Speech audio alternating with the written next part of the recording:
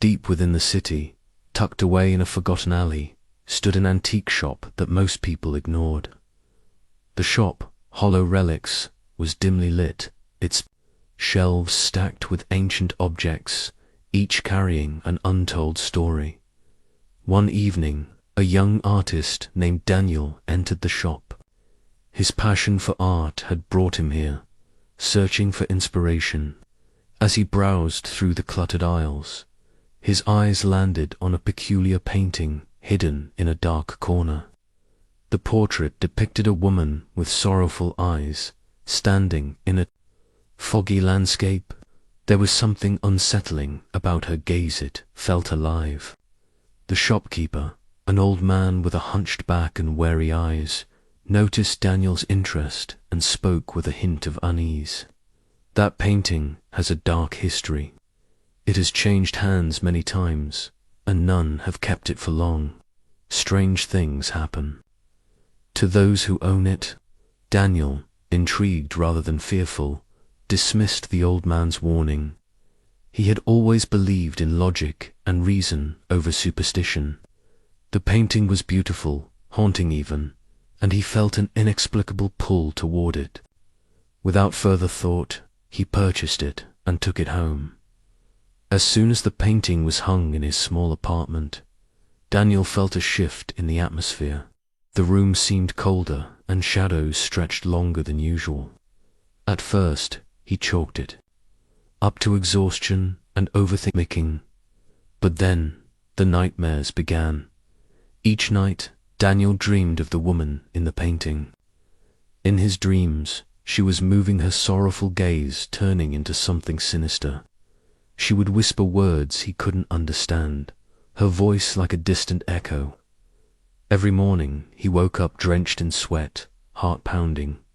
A week passed, and the eerie occurrences escalated. Objects in his apartment shifted without explanation. Lights flickered erratically. He would hear faint sobs in the dead of night, though he lived alone. Worst of all, the woman in the painting seemed to change positions subtly, her gaze following him no matter where he stood. Determined to uncover the truth, Daniel researched the painting's origins. After days of searching, he found an old newspaper article dating back to the 1800s. The woman in the painting was Isabella Ravenswood, a noblewoman accused of witchcraft. She had been executed unjustly, her final words cursing those who wronged her.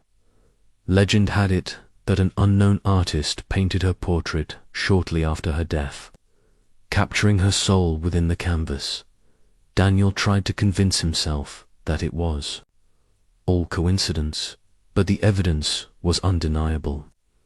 Desperate, he sought help from an art historian, Dr. Eleanor Hayes, who specialized in cursed artifacts. Eleanor, intrigued and cautious, visited Daniel's apartment to examine the painting. As she stood before it, a chill ran down her spine. "This is unlike anything I've seen before.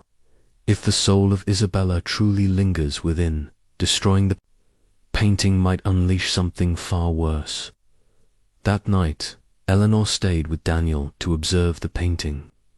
As the clock struck midnight, the room temperature dropped drastically. The whispers returned, louder and clearer. This time, both Daniel and Eleanor heard them. "Set me free, ... The voice pleaded. The painting began to distort, the colors twisting as if the woman was trying to break free.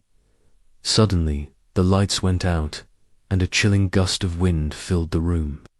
A shadowy figure emerged from the painting, Isabella herself, her face a blend of sorrow and rage. "You must help me," she cried, her voice echoing through the apartment.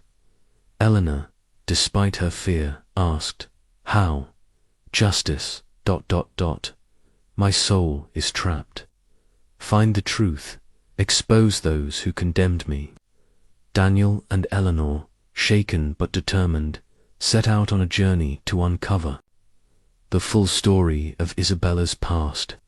Their investigation led them to an abandoned estate, the former home of the Ravenswood family. Hidden in the ruins, they discovered an old journal belonging to the real culprit, Isabella's sister, Margaret. She had framed Isabella out of jealousy and power, ensuring her execution. Armed with this truth, they visited a historical society, presenting their findings.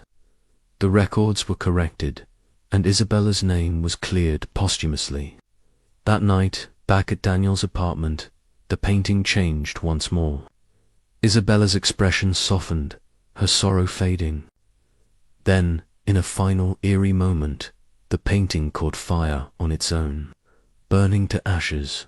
As the flames died out, an overwhelming sense of peace filled the room. The whispers ceased, and the suffocating darkness lifted. Isabella was free at last.